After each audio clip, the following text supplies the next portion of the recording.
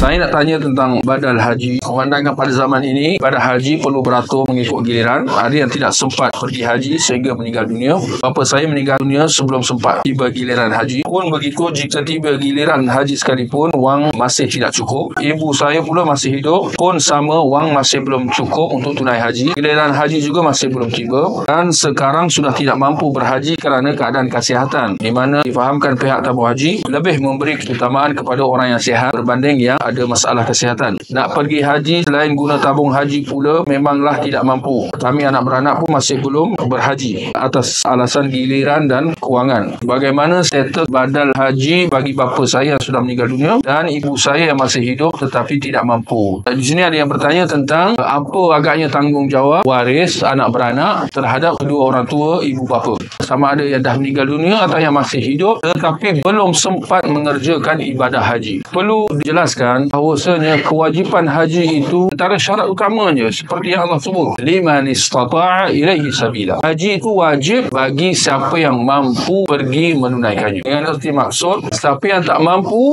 di sini daripada dua sudut, salah satunya atau kedua-duanya, dari sudut kewangan ataupun daripada sudut kesihatan fizikal. Kalau tak mampu salah satu atau tak mampu kedua-duanya, akan tergugurlah kewajipan haji itu. Maksud di sini, kalau orang tua dah meninggal dunia belum sempat dibuat haji, sedangkan waktu hidup memang tak mampu, maka kita kata badal haji bagi si ayah yang belum sempat buat haji sebelum dia meninggal dunia tidak wajib pun, kerana dia meninggal dunia dalam keadaan masa dia hidup dia tak mampu pun, tak kira dari segi kewangan ataupun dari segi kesihatan. Demikian dengan ibu, walaupun ibu masih hidup tetapi dia dalam keadaan uzur, kita andaikan kalau dia ada cukup kewangan pun tetapi dari segi kesihatan tak mengizinkan, maka dia sendiri tak wajib pergi. Hanya saja mengenangkan kalau ada cukup kewangan maka wajib dia wakilkan kepada orang lain, sebab dia ada kewangan itu, dia cukup kewangan maka dibagi kepada orang lain yang sihat untuk mengerjakan badal haji bagi dia. Tetapi andainya kedua-dua tak mampu, kewangan tak cukup, kesihatan pun tak izinkan, maka dalam keadaan itu badal haji baginya tidak wajib. Jadi anak beranak tak perlu nak risau, tak perlu nak memikirkan tentang hal itu, mengenangkan bahawa kedua orang tua, mak bapak, memang tidak wajib atas mereka untuk mengerjakan haji ketika mana syarat mampu dari sudut kewangan dan juga kesihatan tidak dipenuhi atau tidak dapat dilaksanakan.